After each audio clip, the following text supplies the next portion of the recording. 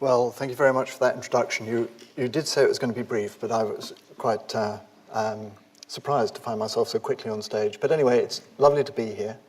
And I'm going to talk today about inflamed depression. And before I kind of get going, just to make you aware of my sort of sources of remuneration, particularly I currently work half-time for GlaxoSmithKline, which is a pharmaceutical company, and that is quite a relevant fact in this story, but I just wanted to bring it to your attention. And I thought what it would be useful to do is to try and sort of rehearse the ideas and some of the stories that I put into this book, The Inflamed Mind, which was published last year. And if you haven't read the book, or you don't think that you're likely to read the book, I can help you out a little bit by just cutting to the chase and telling you what the last few sentences of the book are, which are an effort to summarize the whole argument that it includes. We could be on the cusp of a revolution, always a big thing to say, but hopefully it'll become a little bit clearer exactly what I mean by that. It won't be televised. And I might be wrong, but I think it has already begun. And out of all of those sentences, the one I'd hang on to from the outset is this one here. I might be wrong. Some of what I'm going to tell you is I would regard as fact, but some of what I will say and some of the directions the science seems to be pointing in are for the future, and therefore at this stage necessarily a bit more speculative. The book I wrote not because I think it's all done and dusted and we're all ready to go with new treatments for depression, but because I think the underlying science has reached a bit of an inflection point, which I thought it was worth bringing to a wider attention. Now, the book starts with a story. I call it my Moliere Moment at the Maudsley Hospital. And that is the Maudsley Hospital, or the facade of the Maudsley Hospital in South London, which some of you may know is kind of like the epicenter of psychiatry training in the UK, or at least it was until Cambridge became, and Oxford and other places became more established. When I started in psychiatry in the late 80s, early 90s, the Maudsley was kind of where you had to go. And I was quite excited to find myself there. This is a photo of me at the age of about 30. I think you can see the sort of little red brick architecture of the Maudsley in the back there. And yeah, I was quite pleased to find myself there, quite pleased with myself that I'd made it to this great centre of science and mental health. And within a few weeks or months, as I began reading my way into the textbooks and learning what was understood about mental health disorders at the time, I began to feel quite confident that I knew what I was doing and could handle myself in outpatients.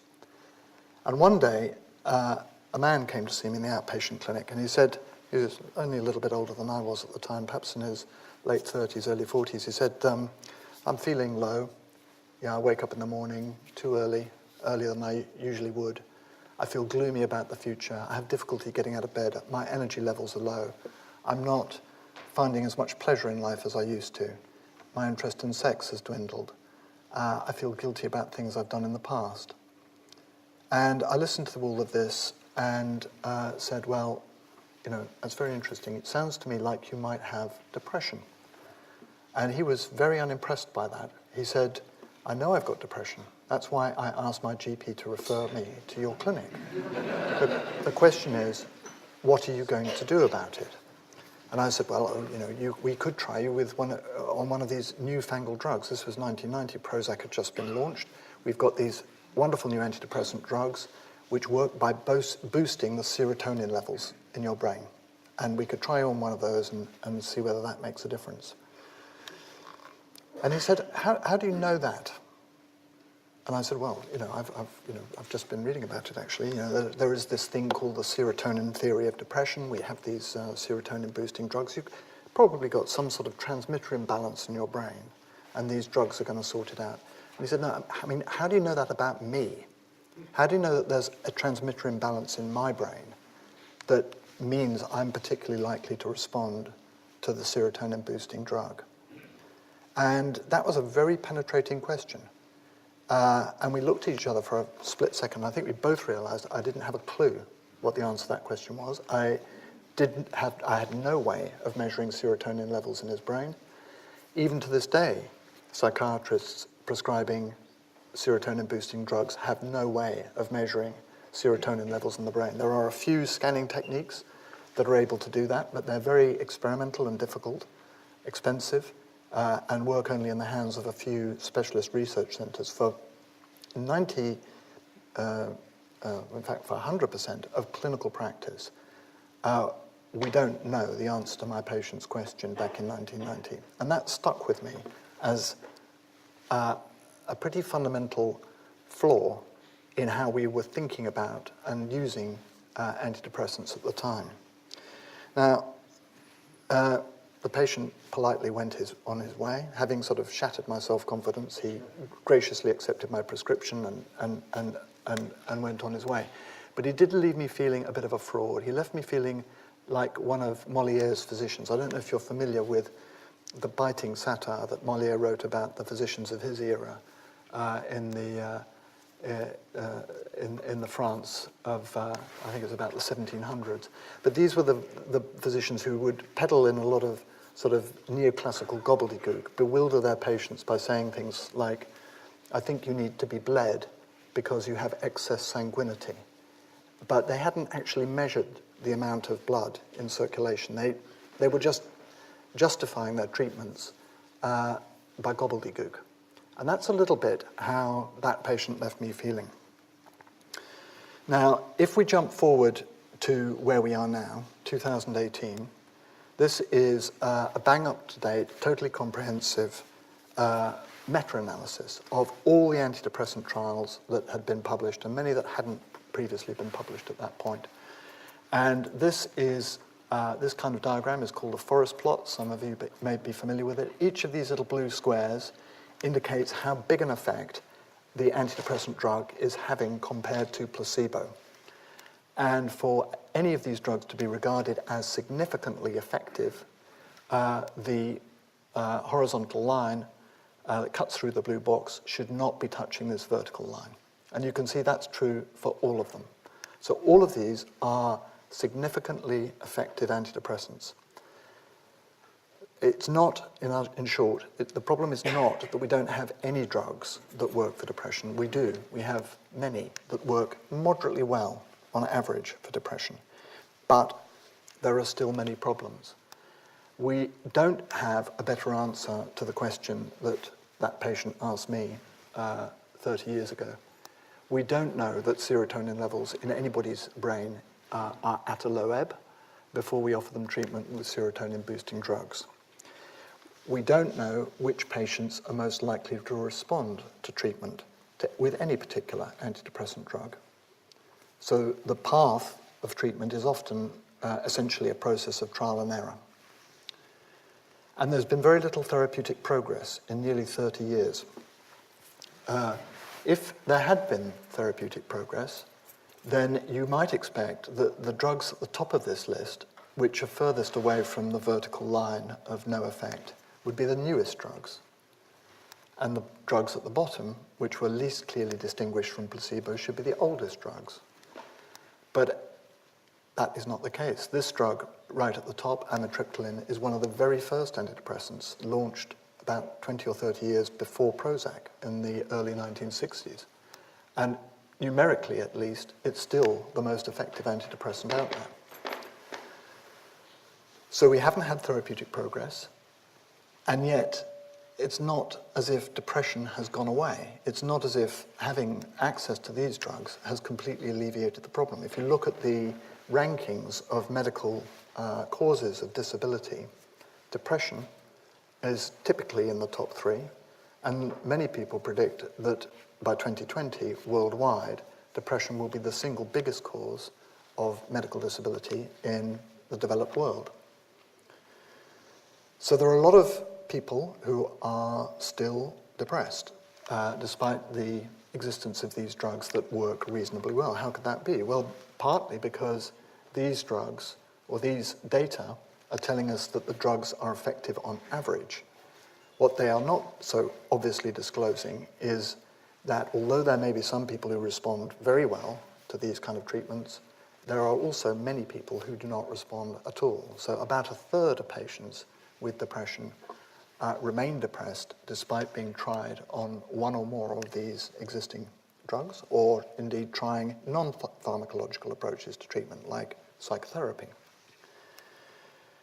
So we have a situation where there's very high level of unmet need, very high level of demand amongst patients and practitioners for new and more effective ways of dealing with depression. And you might think in a perfect market economy, with that very high level of demand, lots of businesses, lots of companies would be piling in and investing in the R&D efforts needed to generate the next generation of antidepressants. But actually, the pharmaceutical industry has retracted investment. It's pulled back from depression, particularly over the last 10 years. And this was brought home to me in a very direct way when about 2010. As I told you, I've been working half-time for GlaxoSmithKline as well as the University of Cambridge. And 2010, I was summoned to a phone call, some urgency from the GSK side of my life, and learned that the company had decided with immediate effect to close its entire psychiatry R&D center. A whole site in Verona was shut down, sold off. Many drug development projects were sold on to other companies. Many people were made redundant. I wasn't directly impacted by that, but it did have it did force me to think very hard about what was going on. How could a company as big and well-resourced as GSK not think that doing something about depression was worth it? And it wasn't just GSK that pulled back. Many other big pharmaceutical companies made similar decisions at the same time. And I went to my boss in GSK at the time, and I said to him rather plaintively, do you think we'll ever go back into drug development for depression, or do you think this is it, this is the end? And he sort of looked out the window and he said, well, I'd never say never, but if we were going to do antidepressant drug development again, it would have to be completely different. We're not going to do it the same old way that we've done drug development in the past. And that really got me thinking quite hard about how we could make a different kind of approach to depression. What might be a different way of thinking about it that could unlock a bit more therapeutic progress than we'd seen in the previous few years. And that in turn led me to thinking about inflammation and the possible links between the immune system and the nervous system, and how by tackling inflammation we might be able to do something about depression. Now, when that idea is first introduced to you, particularly if, like me, you've benefited from a thorough training in Western medicine, it seems rather outlandish. And I hope to show you that there's some considerable amount of evidence to help us think that, in fact, it's not as bizarre an idea as it might at first seem. But to get there, let me just tell you first a bit about what inflammation is and what the immune system is. And there may be people in the audience who know a great deal more about this than me, but I've found often that people have quite a hazy idea of where the immune system is in the body and what it does. And I suppose the first thing to say about the immune system is it's what keeps us alive. It keeps us alive in a world that is full of pathogens, bugs, germs, bacteria that are out to get us. And you can see in this little cartoon here we've got some of our ancestors, a couple of cavemen, having a fight hundreds of thousands of years ago, and one of them is about to be wounded in the hand. And as a result of that wound, he develops the cardinal signs of inflammation. The wounded hand becomes swollen, it becomes red, it becomes tender, it's less easy for him to use it. And we've known that wounds, trauma, infection can stimulate this kind of local inflammatory reaction in the part of the body that's been affected. We've known that for a long time, arguably since the Romans. What is emerged more clearly in recent years is how exactly the immune system works to defend the body. And this, of course, is a cartoon. Here's the blade of the spear penetrating the skin of the wounded caveman. The blade is covered with these little icons indicating bacteria or germs. And the immune system is quick on the scene. These icons represent the macrophages, the immune cells that sit throughout the body as a first line of defense against infection. They start eating and destroying the bacteria, so they mount a local reaction, but they also spit out these proteins called cytokines, or inflammatory hormones, you can think of them. They're proteins that circulate in the blood and attract many other immune cells to join the macrophages at the site of the infection. So you have the immune system reinforcing itself in defense against a local infection.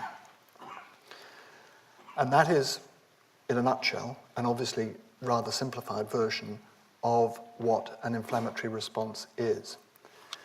The immune system is, of course, not just a question of a few macrophages and cytokines, and it doesn't exist only in the hand. It's distributed throughout the body. Wherever there is a front line between the self and the non-self, there you will find the immune system defending us against attack, defending us against infection.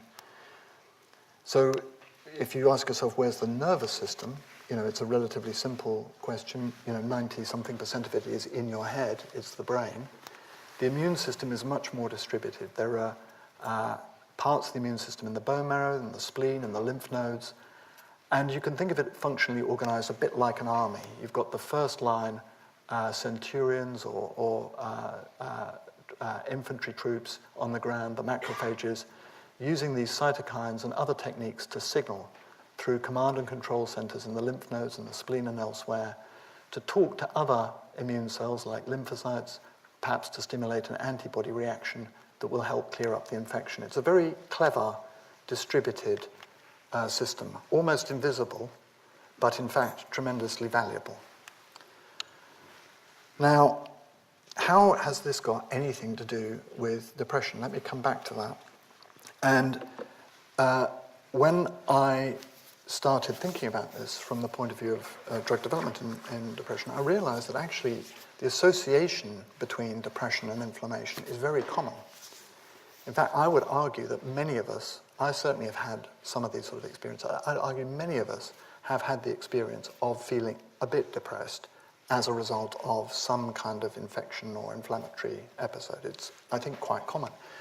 But it struck me first as a doctor, before I started in psychiatry, when I was training as a physician, I saw a woman like this.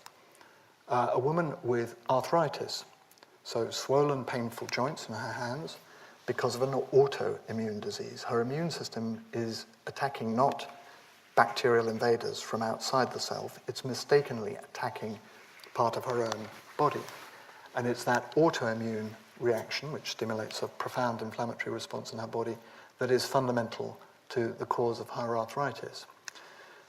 And I was talking to her about her joint pain and various other signs and symptoms of her rheumatoid arthritis in rather a physicianly way. That is to say, I was talking really about her body. And after a while, she started telling me also about her mind. And she said pretty much the same as the man I was later to meet in the outpatient clinic at the Maudsley. She said, my mood is low, I've lost pleasure in life, my sleep is disturbed, and so on. She had depression. And I went to the physician in charge of her case and I said, look, I've made this extraordinary discovery. Mrs. P, as I called her in the book, she's not only got arthritis, she's also depressed. And he said, well, you would be, wouldn't you? And changed the subject.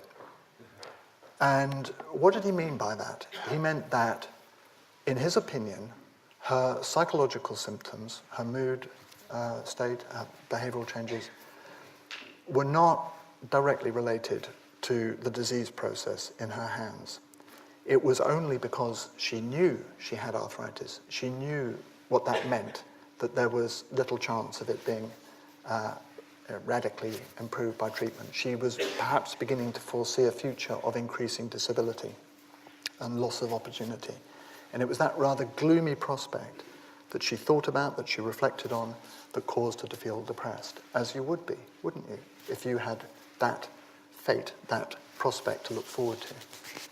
And that is, in fact, a very conventional Western medical diagnosis.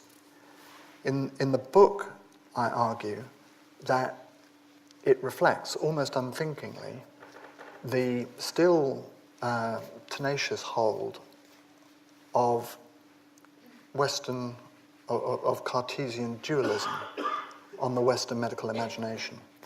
Cartesian dualism is the philosophy that originated with Descartes, and this is one of the beautiful engravings in his posthumously published book. The idea that the physical world includes the body. The body is a machine made up of physical elements that obey the laws of physics. We can understand, for example, how light passes through the lens of the eyes, creates an image that is conducted into the brain through the optic nerves. There's quite a lot of mechanics in this in this diagram, because Descartes, of course, was also a formidable mathematician as well as a great philosopher. And he could see many aspects of the physical organization of the body and the body machine. But his concept of a human was that at some point this physical body machine had to interface with something completely different, something immaterial. Well, he called it the soul. And it was the interaction between the body machine and the soul, supposedly in the pineal gland, which he encapsulated in his famous statement that man is deus ex machina, a god in the machine. The soul, immaterially, is somehow embedded and in contact with this physical apparatus of the body. That's the idea of dualism. It's still very prevalent in Western medicine. And again, in the book, I talk about it as now acting as a kind of medical apartheid. It still forces a very rigid segregation in most people's minds between physical health and mental health. If you have mainly mental symptoms, you go and see a different kind of doctor in a different kind of hospital than you do if you've got mainly physical health problems. And there's very often little exchange of information between them. More concretely, at the time that I was having this discussion, this very brief discussion about rheumatoid arthritis and depression, there was another related reason why both my consultant physician and I quickly satisfied ourselves with the view that you would be depressed if you had arthritis. And that was because at the time we understood that there was something called a blood-brain barrier that was built a bit like a Berlin Wall. That is to say, impermeable, rigidly segregating the immune cells and proteins circulating in the blood of this patient and many others. They could course around the blood as much as they liked, but they weren't going to get through the blood-brain barrier, and therefore they couldn't have any material impact on the synapses between nerve cells or, at a larger scale of brain organization, on brain areas like the cingulate and the amygdala that we know are important for mood processing, mood regulation, and ultimately disorders and symptoms of depression. In the 1980s, 90s, when I was at medical school and in medical training, we were taught, as a matter of fact, that the brain was, quote unquote, immune privileged. It was protected from the immune system in the periphery by this Berlin Wall-like barrier in the brain. But now it's clear that the Berlin Wall that we thought existed in the brain is nothing like as impermeable as we were taught. It's not to say that there's a completely free flow of cells and proteins from the circulation in the brain, but there is much more two-way traffic between the immune system and the nervous system than we thought there could be. These proteins and cells, they can get across from the blood, they can get into the brain, they can excite the brain's own immune cells. The brain has got quite a lot of immune cells called microglia, which sit in close proximity to the nerve cells. If these immune cells in the brain pick up a signal from the periphery, let's say the cytokines circulating in the blood of a patient with arthritis, they will themselves become activated. They will release more cytokines, more inflammatory proteins, and those tend to have deleterious effects on the function of neurons or nerve cells. Nerve cells lose plasticity, they are more likely to die, their metabolism of serotonin is changed by exposure to these inflammatory cytokines. And that, in turn, may cause changes in the larger scale brain systems, which make us depressed.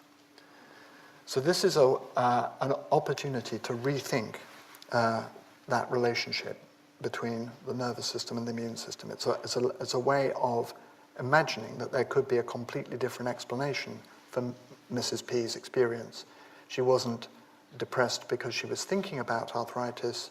Rather, her depression was a symptom of the inflammatory turmoil in her body, on par with the symptoms of joint discomfort and swelling that she had more peripherally.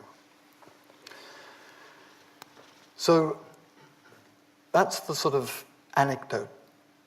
That's an anecdotal way of thinking about this. Let me show you a little bit more data. So these are, again, forest plots. This is a big meta-analytic review of dozens of studies that have been done since 1995 with a very simple design. They've just taken patients who are depressed, who don't have a known physical disease, they're just depressed. They might be seeing a psychiatrist or a psychologist. They've had a blood sample, and in that blood sample, various inflammatory proteins have been measured and compared to their levels in non-depressed, healthy controls. And again, each of these horizontal bars represents the size of the difference between inflammatory protein levels in people with depression compared to healthy controls. For there to be a significant difference, none of those intervals should be cutting this vertical line. And you can see that when the story started out in 1995, there seemed to be a difference between depression and healthy controls, but it was quite close to the vertical line. This was technically significant, but perhaps not that solid a result. But as the data have accumulated historically, as more and more studies have been done, more and more patients have been included in this kind of work, the effect has remained pretty consistent and the interval has really tightened up. So this to me looks like a fact. It looks like the kind of result that you might expect to emerge over decades of cumulative effort, which is not going to be immediately waved away by any single new study in the near future. Interleukin-6, one of the cytokines I mentioned earlier, is moderately and significantly increased in depression. So is CRP, or C-reactive protein. So is TNF-alpha, another inflammatory protein.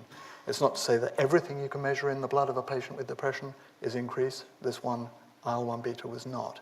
But these proteins in particular are very consistently associated with major depression. But an association, as you'll appreciate, I'm sure, is not the same as causation. And for us to get excited about the association between inflammation and depression, we need to be convinced that inflammation can actually play a causal role. And what's the evidence for that?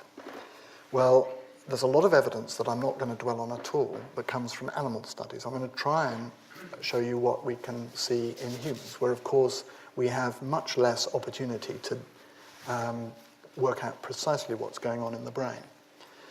But we can take a variety of alternative approaches. So we can tell ourselves, well, look, a cause precedes an effect. So if inflammation caused depression, you might expect to find examples of inflammation preceding depression. And this is a study which shows precisely that. So these are data from a birth cohort of kids that were born in the 1970s in Bristol and then followed up for many years.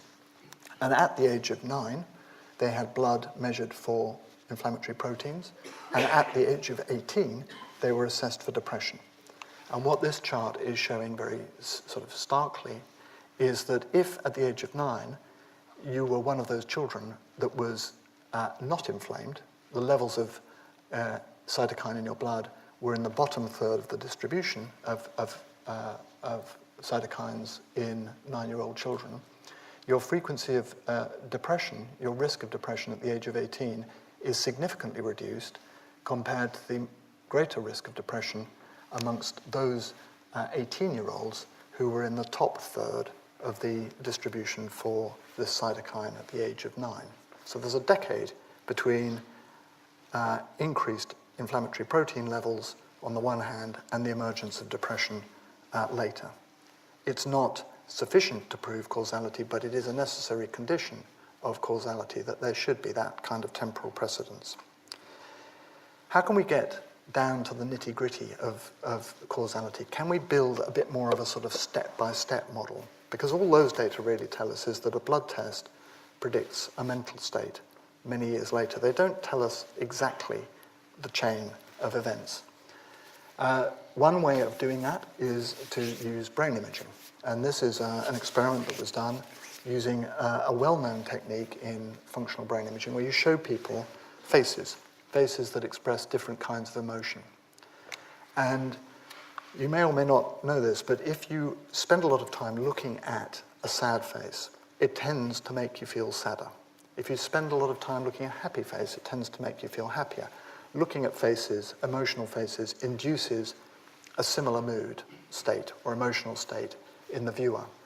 And it also induces a change in the activity of those bits of the brain that we know are important for emotional regulation.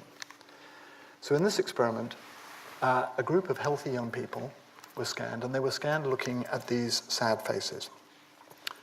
And in the scanner, one of the brain regions that was activated by looking at those sad faces was this bit of the brain. This is a part of the cingulate cortex, which wraps itself around the corpus callosum in the center of the brain. We're looking at the inner surface of one of the cerebral hemispheres here, and you can see the cingulate is activated by looking at these sad faces.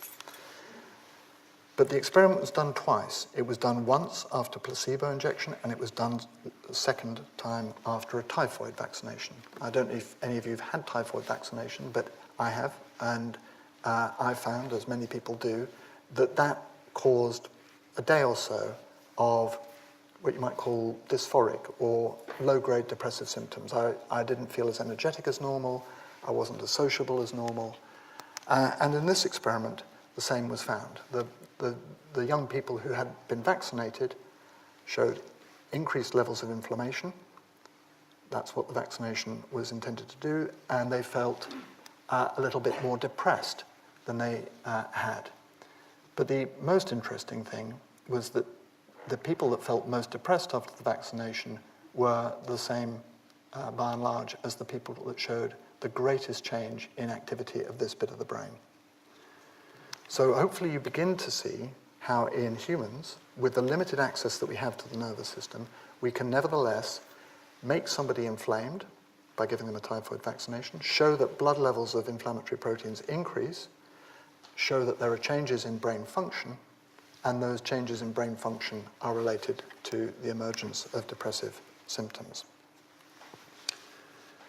So let's allow ourselves to believe for the moment that indeed it is true that inflammation can cause depression, that these proteins can get out of the circulation, cross the blood-brain barrier, have effects on neuronal metabolism, have effects on large-scale emotional brain circuitry, and that's part of why we become depressed. The next question you might then have is, well, so, the question of eternal recurrence.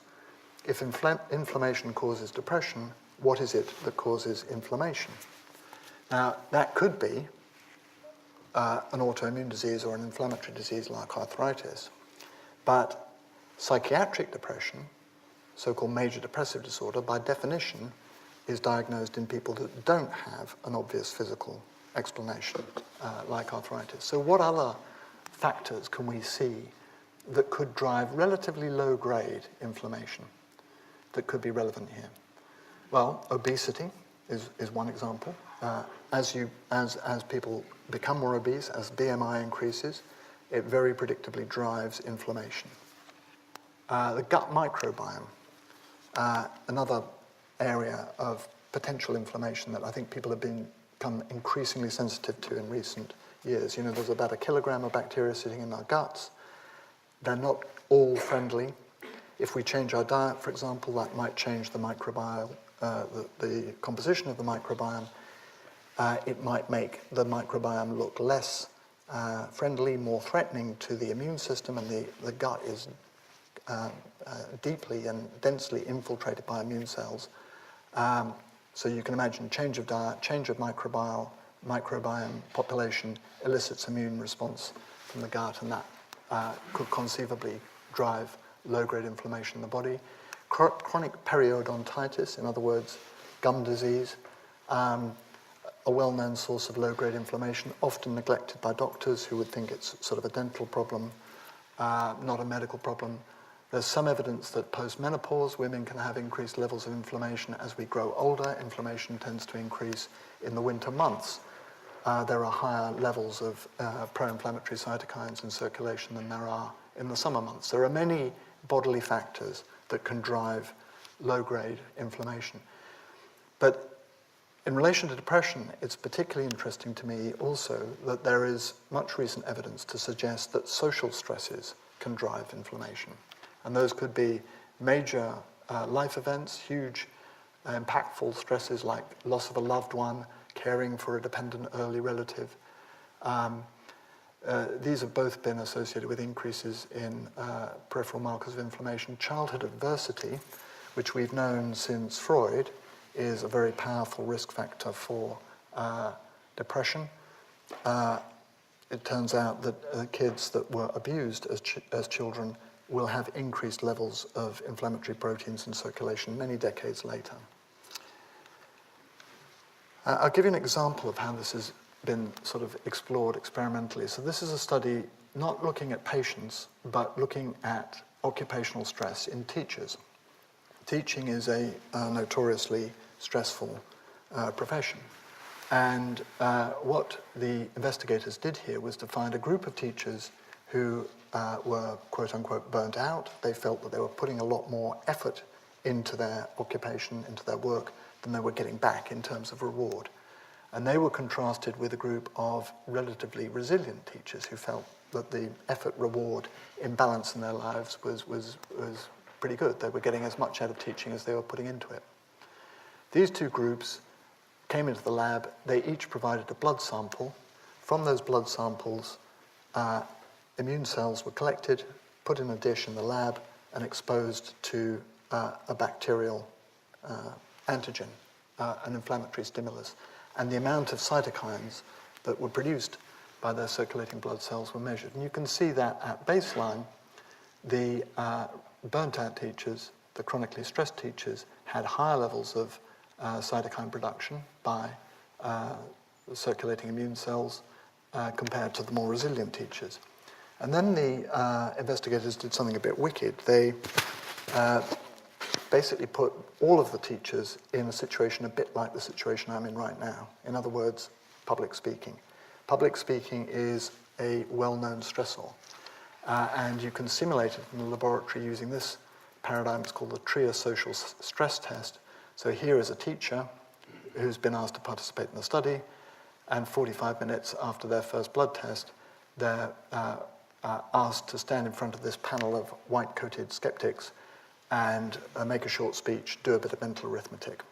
It feels stressful, and if you look at what happens in the immune system, you can see that there's a bump in the production of cytokines from blood sampled immediately after this challenge, and the teachers that were more inflamed to begin with show a greater increase in inflammation as a result of this additional stress superimposed on top of their chronic occupational stress.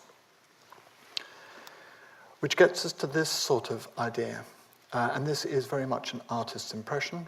The idea being that inflammation, whether it's driven by arthritis, obesity, or other physical causes, can cross the blood-brain barrier, have effects on emotional circuits, which in turn cause depression.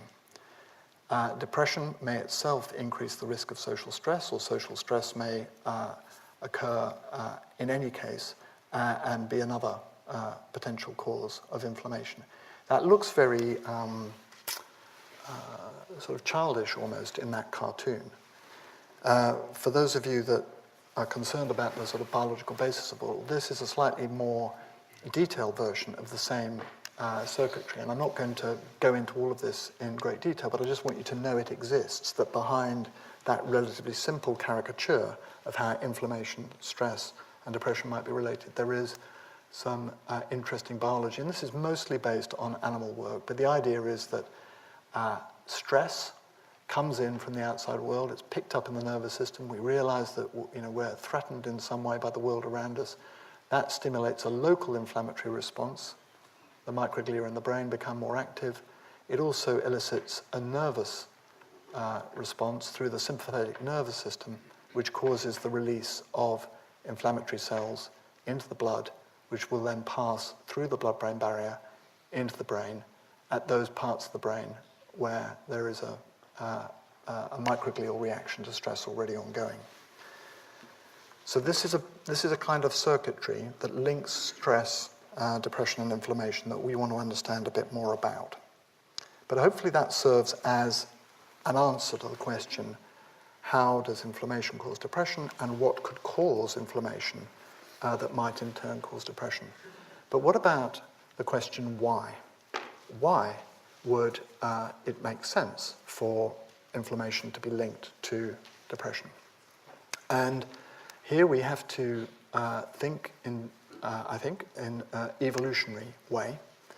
And there is an evolutionary theory out there which says that particularly in the distant past, when infectious disease was a major killer, major threat to survival, it could have been advantageous for us, our ancestors, when infected, to have a behavioral response that looked a bit like modern-day depression.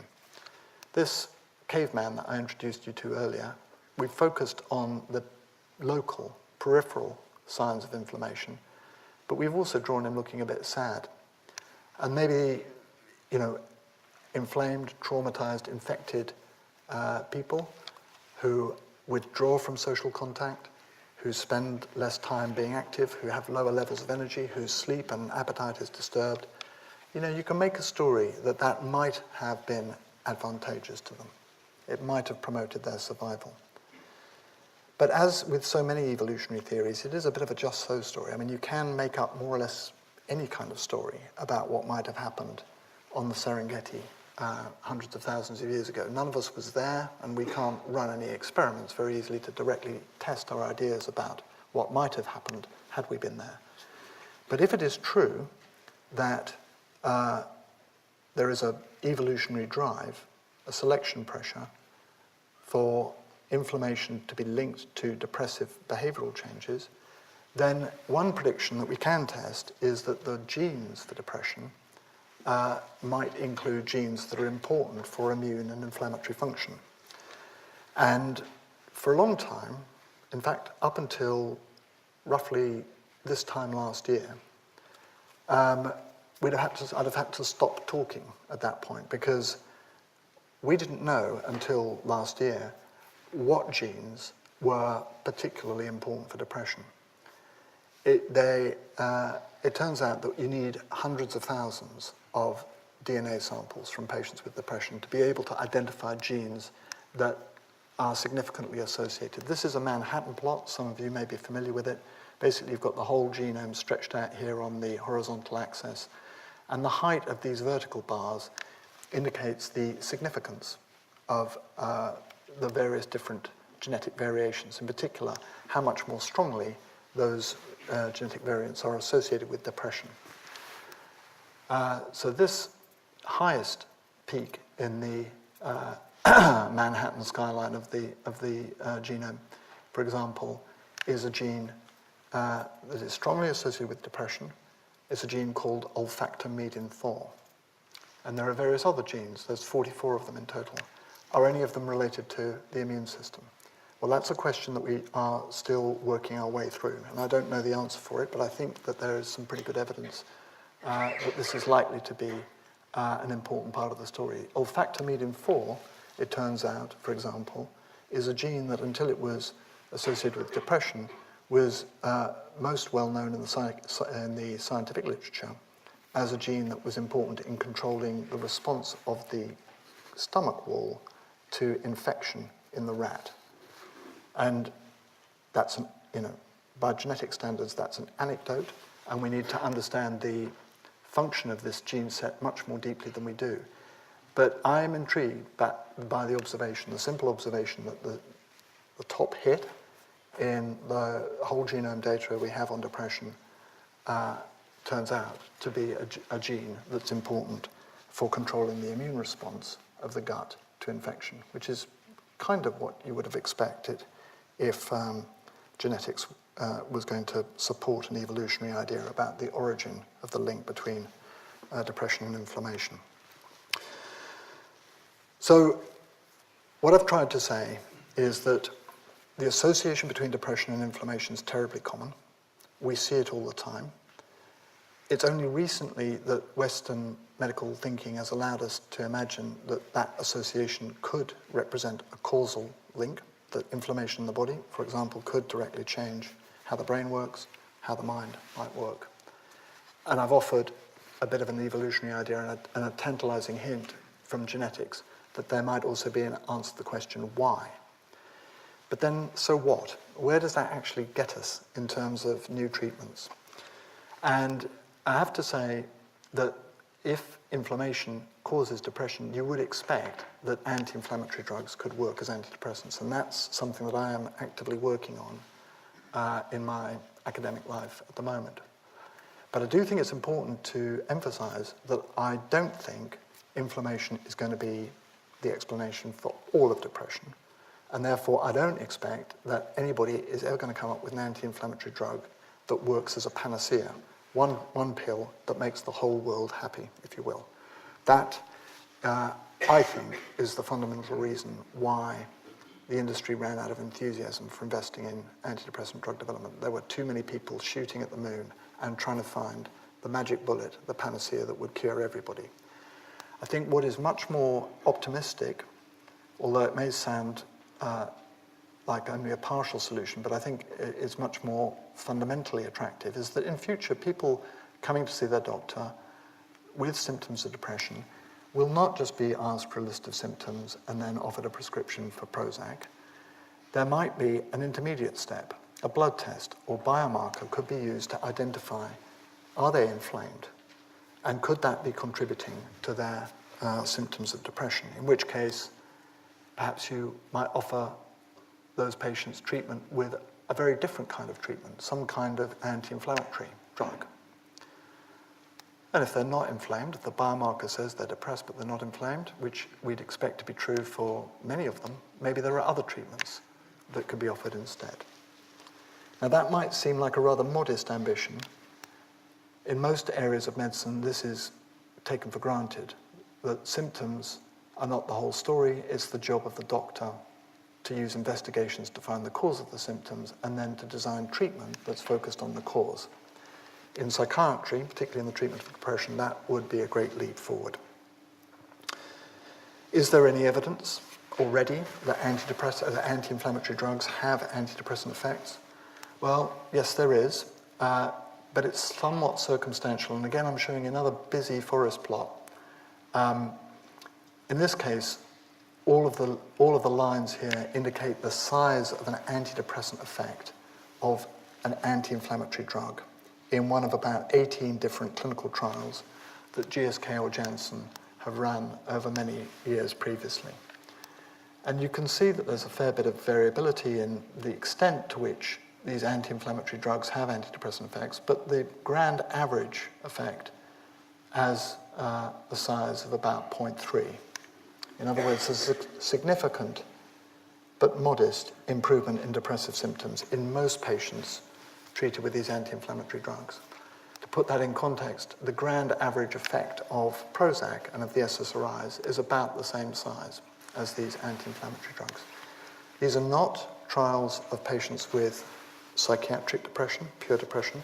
These are actually trials of patients with arthritis, inflammatory bowel disease, psoriasis, neuropathic pain, physical disorders where the prevalence of depression is much increased. And what we're seeing here is an unanticipated effect of the treatment measured using a secondary endpoint, to use the industry jargon, but nevertheless a valid endpoint. We need to go further. We need not to be just looking post hoc at the results of clinical trials that were designed for a different purpose. We will need in future to do our own studies looking directly at the effects of anti-inflammatory drug treatment on depression. But we will need biomarkers. we will need to predict which patients with depression are most likely to respond to treatment and should be included in our trials. And we know that because here is an example of a study where another anti-inflammatory drug was administered to patients with depression, and at the end of 12 weeks of treatment, there was no significant difference in their depressive symptoms compared to placebo. This was not a positive trial, but when people went back and looked at the data a bit more carefully, it turned out that there were some patients who had improved quite a lot as a result of this anti-inflammatory treatment, and they were those that had higher levels of C-reactive protein, CRP, one of those inflammatory proteins I mentioned at the start. They had higher levels at baseline before treatment. So I think in future, we will be looking in the blood, we'll be trying to find some kind of biomarker, some kind of signature, which probably won't be a single protein. I think it's more likely to be a network or pattern of gene expression, for example, like this, which indicates that in some patients with depression, there's inflammation, and those should be the patients that we focus on in terms of new treatment. Now, in closing, I just want to make two other brief points. I've spent a lot of time talking about depression and inflammation because that is a particular interest for me, and I think we need to do something about depression. But I don't want you to think that the whole science of neuroimmunology, the whole science of how the immune system and the nervous system interact is really only relevant to drugs or to pharmaceutical companies. I think it could have implications for other kinds of treatment, and we might want to talk about this. There's vagal nerve stimulation. There are electrical devices that you can use to stimulate the vagus nerve. It turns out that they are antidepressant, and we also know that vagal nerve stimulation is very often anti-inflammatory. And it could be that that is how vagal nerve stimulation works in depression. It could be that in future we'll see new stimulating devices that you can implant more precisely or less invasively than conventional stimulators now. And that could offer another approach for an anti-inflammatory treatment of depression.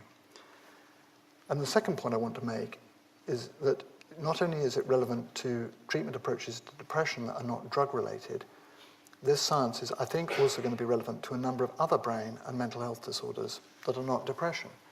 For example, Alzheimer's disease, and this is Alzheimer's first patient who had the famous lesions in her brain that Alzheimer was able to identify microscopically, the plaques and tangles. We now know that these plaques and tangles, these clusters of abnormal aggregated protein in the brain of a patient with Alzheimer's disease are seen by the immune system as foreign, as antigenic, and they stimulate a local inflammatory response. And one of the things that people are very interested in at the moment is the possibility that there could be anti-inflammatory treatments that could ameliorate the progression of a progressive neurodegenerative disorder like Alzheimer's. So that is the sort of territory I tried to cover in the book. I hope it's a little bit clearer why I said the things that I did right at the start of this talk and right at the end of the book. We could be on the cusp of revolution. I think this is a new way of thinking about the relationship, or it opens up a new way of thinking about the relationship between the body machine and the mind that we've inherited from Descartes. It won't be televised. That means it's going to take a long time. It's taken about 20 or 30 years of research to move us on from the Berlin Wall in the brain to where we are now, and it might be another 20 or 30 years before we really see impacts on healthcare. I might be wrong, I said that already, but I do think it's already begun. Thank you very much for your attention. I'd be happy to take a few questions if there's time.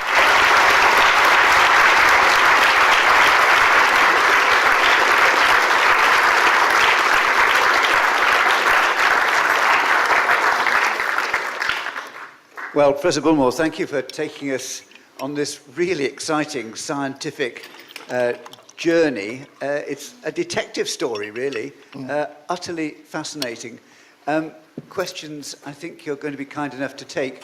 The way we do this, for those of you who are not regulars, is we have somebody with a microphone on either side of the hall, and the trick is to catch their eye. It's no good catching my eye because I won't be looking at you. I'll be looking at the people with the microphones, and I'll just go from side to side.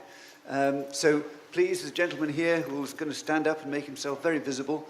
And if you want to get a question in, catch his eye on that side of the hall. And I think we have our first question, please.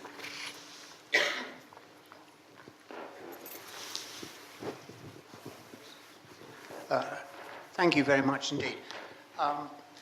With autoimmune disease, have you been able to show an association between that and depression? Because the treatment for the former is often steroids, which of course have quite a masking euphoric effect.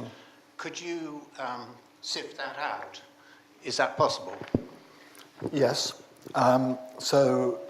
With autoimmune disease, like, for example, rheumatoid arthritis, I mean, the first thing to say is how common psychological symptoms are in those disorders.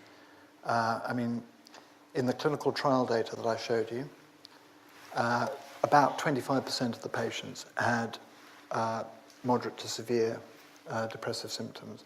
And if you talk to arthritis charities, they'll tell you that actually it's the number one priority for patients these days is what are they going to do about fatigue, depression.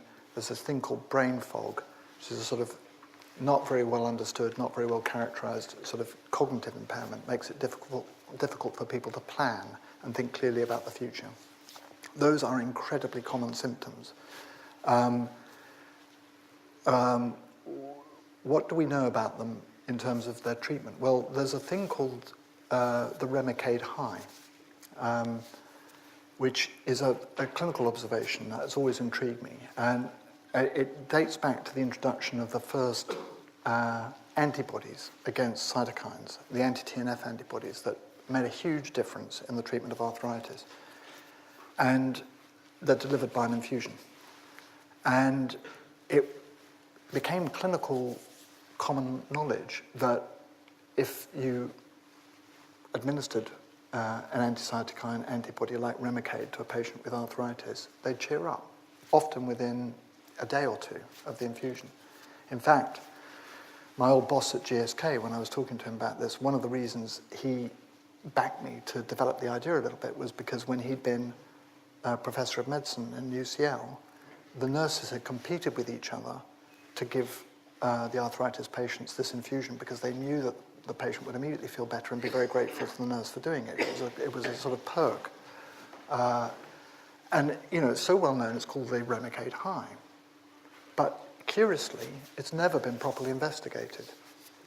You know, it's a strange sort of, there's a strange blind spot, I think, in terms of how we think about these things. You know, in clinical practice, anti-inflammatory drugs can have that mood-boosting effect. And you might think, well, that's very interesting.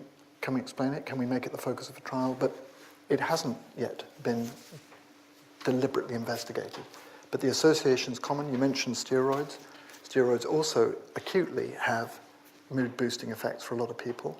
They tend to have sort of more adverse psychological effects if administered chronically. So I don't think steroids is going to be an antidepressant solution. But they, like many other anti-inflammatory drugs, particularly in the short term, they do have these rather conspicuous mood-boosting effects. Thank you for such an interesting and very clear talk. In your early slide on the potential mechanism of this, you had cytokines damaging neurons, yet we're sort of taught that diseased neurons or dead neurons don't regenerate. So, and yet people recover from depression. Yes. So can you make some comment on that?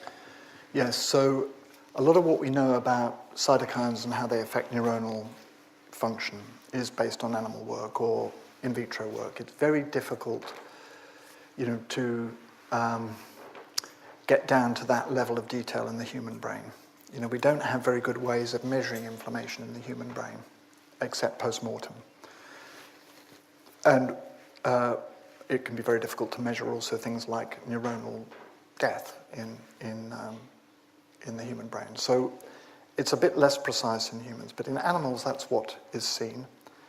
I think of the animal findings, the one that feels to me the most directly relevant is the effect of inflammation on how nerve cells metabolize serotonin. So serotonin comes from a precursor called tryptophan, and it turns out that in animals, if you expose nerve cells to cytokines, tryptophan is diverted metabolically. Instead of being turned into serotonin, it's turned into something else called kynurenine, which ultimately turns into a different kind of molecule altogether. Instead of being a neurotransmitter like serotonin, which we think is linked to mood and appetite, it's turned into something more toxic. Inflammation also changes the way in which nerve cells claw back serotonin, pull serotonin into the cell from the synapse. Those transporters become more active in inflamed cells. So there are a number of ways in which, in animals and in vitro experiments, inflammation changes the metabolism of nerve cells in quite a subtle way. And to your point, it changes the metabolism of cells in a way which might not be fatal, but might nevertheless be symptomatic. And if the inflammation is removed, the cells might recover their normal pathways of metabolizing tryptophan to serotonin. So I think there are some subtle functional changes that are difficult to see directly in humans at this point, but are expected based on what we know in animals. Thank you. That was really excellent. So as I was struggling to think about the problems of diagnostic heterogeneity, it occurred to me that I have no idea whether you think depression is a symptom like pain, or is it a disease entity like leprosy? It's a very good question. I think the best way of thinking of it is not actually as a symptom or as a disease entity. I think the best way of thinking about it is as a syndrome. That is, say, a constellation of symptoms that very frequently co-occur. And if you look at the DSM-5, which is the kind of diagnostic Bible in psychiatry, and you read through that and you try and find out exactly how do you diagnose depression, it is as a syndrome. So there are a list of individual symptoms, and for me to have a diagnosis of depression, I will need to tick, I think it's 5 out of the 8 symptoms, and I must have experienced them for a certain period of time. So that is how it's formally diagnosed at the moment, which is a symptom checklist. You get enough of those symptoms, it amounts to the syndrome, and that's the diagnosis of major depressive disorder. But the other thing that I think is a bit weird about DSM-5, and again, I regard this as another example of the sort of dualism, the sort of apartheid, the split in medicine, is that to have a diagnosis of major depressive disorder, you've got to tick those symptom boxes, but you must also have no evidence of a physical disease that could possibly explain your symptoms. So somebody who's ticks all those boxes, but has an arthritis or some other inflammatory disease, they can't, strictly speaking, have a major depressive disorder. We have to say that they've got something called comorbid depression. It's the same syndrome, but it's given a different name.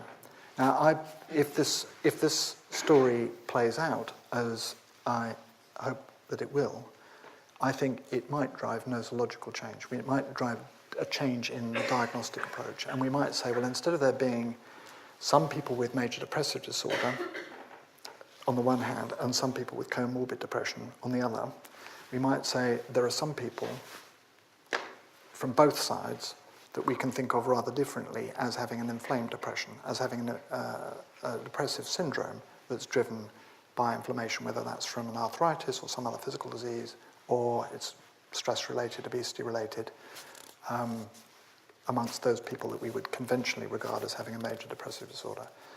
So I hope that's a sort of reasonable explanation. Basically, it's an unsatisfactory diagnosis as things stand. It's syndromal, and it's not a disease entity because it's not linked to a cause. If we can develop these and other causal ideas, I think we could move on from that. You proposed earlier that inflammation may have a role to play in Alzheimer's disease and schizophrenia.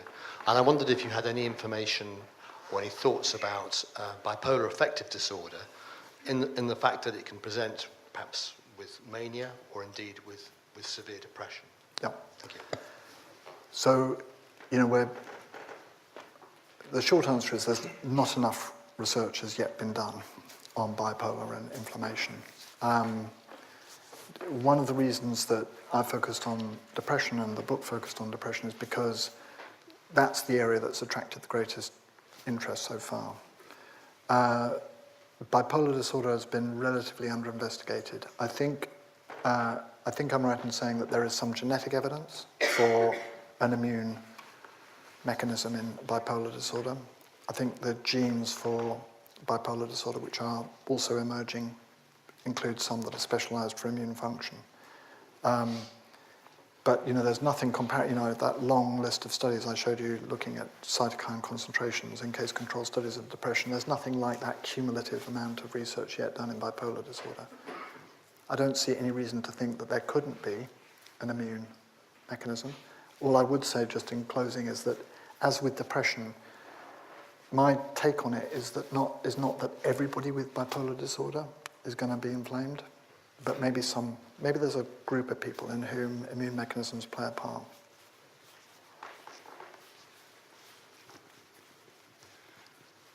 My turn? Thank you very much. I'm glad you mentioned Alzheimer's towards the end there, because for years, drugs have been targeting the amyloid plaques, Yep. and they have been spectacularly unsuccessful. Yep. And the current thinking, I believe, is looking at inflammation, which they've known for years from autopsies has been high in people that have died from Alzheimer's, may well be the driver rather than a byproduct. So it's a very, very interesting link there with Alzheimer's. Well, It is very interesting. And I think, one of the, in the sort of academic side of my life, we've been working on all of this for some years, and this year we will get 2 studies going into clinical trials. One is an anti-inflammatory drug for depression, and the other is an anti-inflammatory drug for Alzheimer's potentially.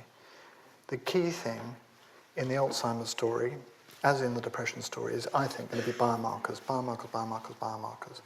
But in Alzheimer's particularly, what we want are good quality biomarkers of inflammation in the brain.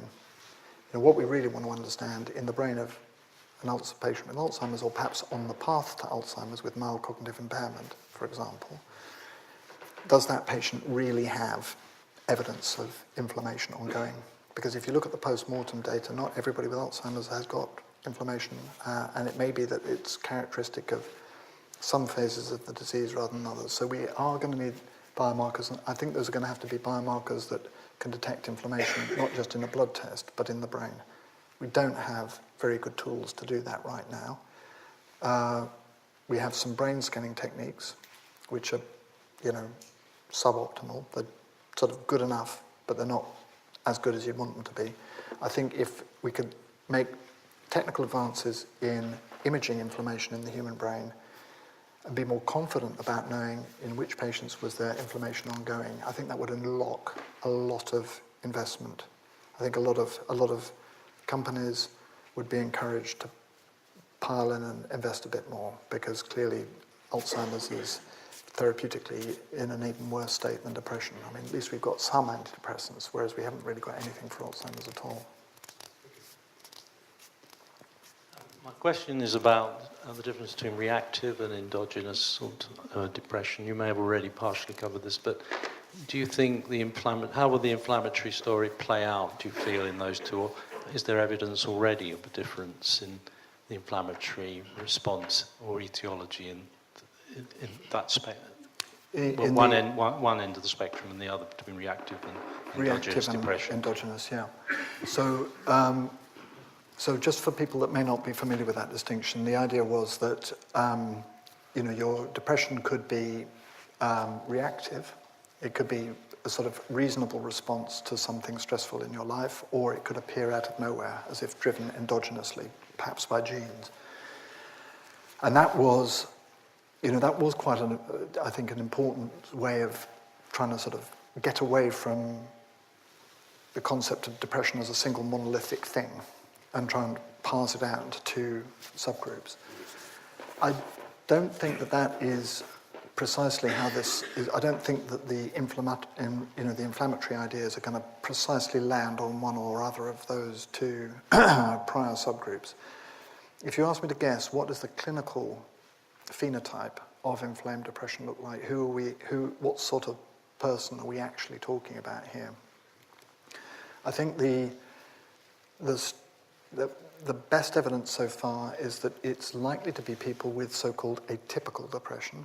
So that is, for example, people, typically when you're depressed, you eat less and you sleep less. But in some people, atypically, they eat more and they may sleep more. And there is some evidence, mainly from the Netherlands, to suggest that that particular phenotype, the people who are eating too much, who are gaining weight, becoming obese, people who are not responding very well to existing antidepressant drugs. I think that's the sort of patient that I see sort of in my mind's eye when I think, well, how would you know whether somebody had inflamed depression as soon as they walked in to the clinic? I think it's going to be that sort of phenotype, rather than the question of, can we find what seems to be a reasonable cause for their depression, in which case it's reactive, or not, in which case it's endogenous. I think it's going to be more those kind of somatic symptoms that are going to distinguish inflamed depression from uninflamed depression. Yeah, I think there are a few customers at that side. You want to put your hand up now if you're on that side and would like to ask a question. You can be spotted. Thank you. You mentioned that we might progress further, especially with Alzheimer's, if we could image the inflammation in the brain. Yep. Are we on the cusp of being able to do that? Are we close to being able to do Yes. that? We have some ways of doing that already. So I don't know if you're familiar with an imaging technique called positron emission tomography, or PET. So there are some PET ligands, some PET markers that are supposedly sensitive to microglia in the brain. And so studies have been done. We've done some here in Cambridge, others have done them elsewhere, that show that if you take a patient with Alzheimer's, you inject them with one of these radioactive ligands that gets into the brain, binds to microglia, you can see an increased signal associated with Alzheimer's. The problem is that those ligands are not, in fact, particularly sensitive to microglia. In other words, that signal doesn't necessarily mean inflammation. It could represent an abnormal number of non-inflammatory cells. And then there are other problems with PET, like it does involve exposure to radioactivity, it's expensive, it's difficult to do, it's not very widely available. What we really want is something, and we may not get this all in one package, but we want, ideally, a way of measuring brain inflammation that is much more sensitive and specific to inflammation. So when we see a signal, we know that that's exactly what it means. There's not a great deal of hand-waving about how to interpret it. And ideally, we'd also like that to be cheap and accessible as MRI, but as specific and as sensitive as PET. That's the hybrid, the ideal hybrid. The avenues to getting there? People are definitely moving in PET. People are definitely making efforts to find different ligands, different markers that might be more selective and sensitive, for sure. And on the MRI side, I mean, there are clearly changes that you can measure in an MRI scanner in response to inflammation. There is definitely progress in both of those avenues, but we haven't yet kind of got the perfect marker, the perfect imaging technique, and I do think that's going to be important for the future.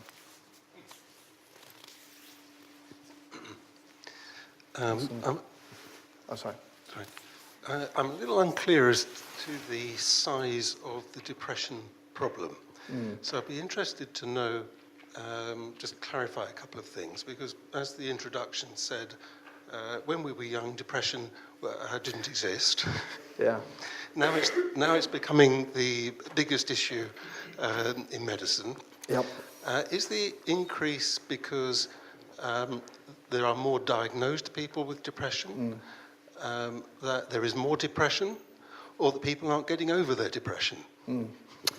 Well, it's a good question, and I'm not aware of compelling data to suggest that the real prevalence of depression is actually increasing.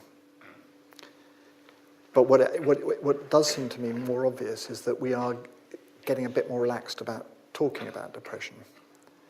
I mean, if you do proper epidemiological surveys and you go out and you talk to the general population, you do that in a representative way, the prevalence of depression estimated in that way back in the 1960s is about the same as it is now, to my knowledge. So I think if you look carefully, or you looked carefully in the, back when I was a lad, which wasn't that long ago, I like that phrase, if you did the epidemiology back in the 60s, there was a lot of depression.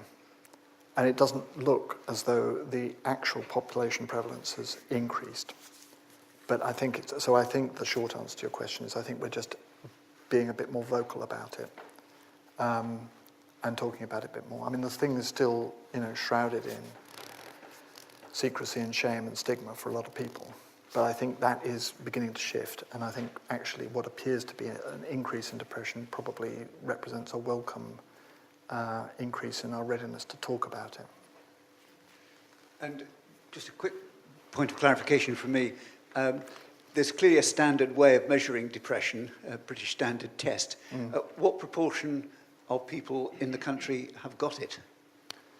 Well, so there is a standard way of doing it, but it's, as I was saying earlier, I mean, it is basically reading through symptoms and ticking off symptoms, and so it's not an entirely objective test. It's very much a clinical test. People say the lifetime prevalence is about 25%. In other words, over the course of our lifetimes, 1 in 4 of us will have a depressive episode. In the book, the way I put it is, it touches every family on the planet, every nuclear family of 4 or more. There's you'd be a lucky family indeed, not to have anybody touched by depression to some extent. So I think if it is very, very common. That's right, please. I was interested in what you said about the possible reason we haven't made much progress in depression is because of this dualistic division between body and mind. Others have pointed out about 30% of visits to the GP and to hospitals are for medically undiagnosed symptoms.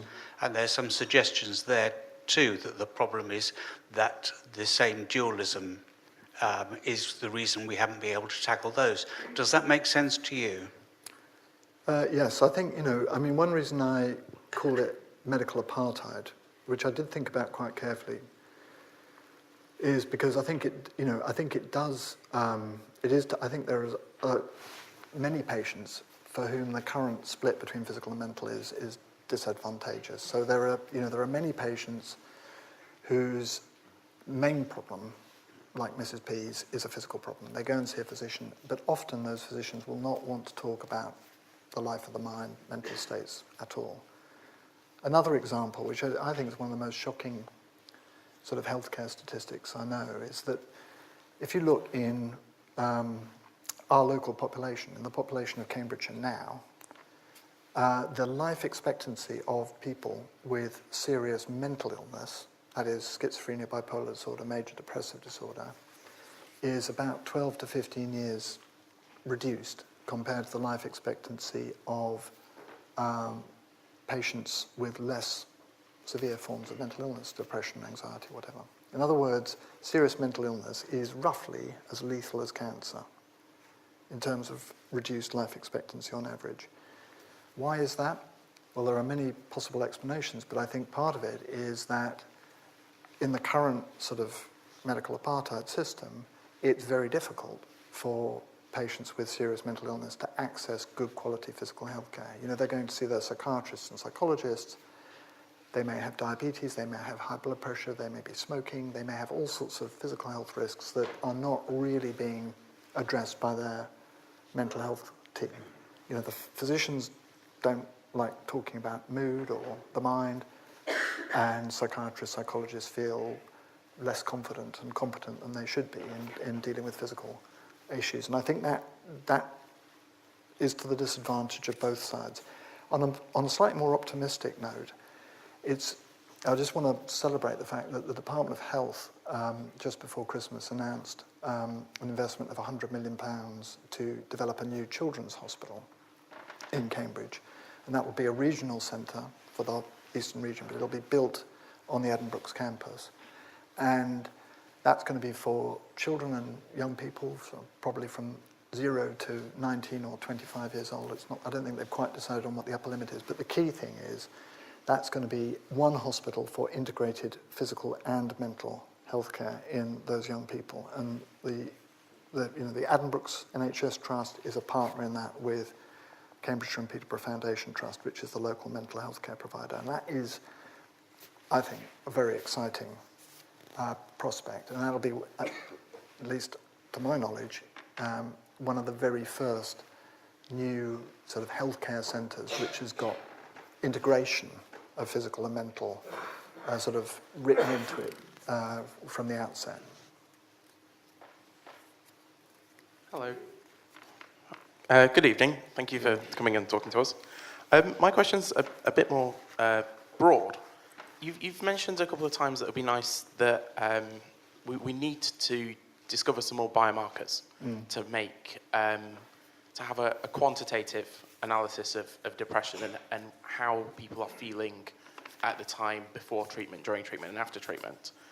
But what have you been using up until now? Because asking people how they're feeling is incredibly subjective. Tell me about it. I mean, you know. So how do you classify and quantify the different levels of depression? Because you've mentioned mild depression, severe depression, various different types. How do you? I don't. Well, I mean, you know, so if you're doing a research study, you know, there are questionnaires, you know, many of which have been around for 40, 50 years. There are questionnaires that ask people sort of fairly obvious, simple questions and try and grade their response, you know, from 0 to 5, for example. And then you tot up all of those numbers, and that puts symptom severity on a single scale. And there are conventional thresholds that you can use to say, well, if your score on the Hamilton Depression Rating Scale is in excess of 17, then by definition that's severe depression. So it's formalized, it's standardized, it is still subjective. You are still having a conversation with somebody else and they're telling you what their feelings are and you're putting an approximate number on it. There's nothing objective or biological in that. There are some conventional thresholds that you can use to decide when symptom severity shifts from moderate to severe. But that is the state of the art. And it's, you know, I mean, that has been the state of the art for 50 years, which is why I think it's so important to try and not just count symptoms and rate symptoms and sort of draw arbitrary lines on symptom severity spectra, but to try and understand what are the causes. You know, what are the causes of these symptoms, and are some of them identifiable in a more objective biological way?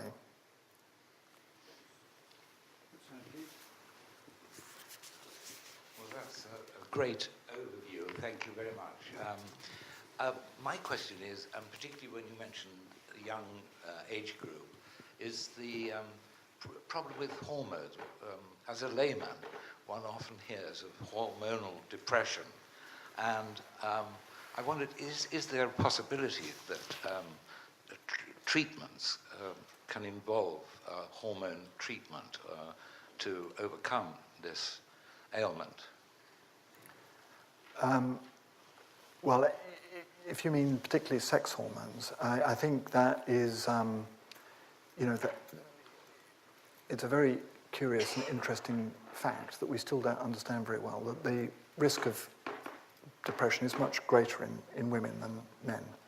And people have thought that there might be a hormonal explanation for that.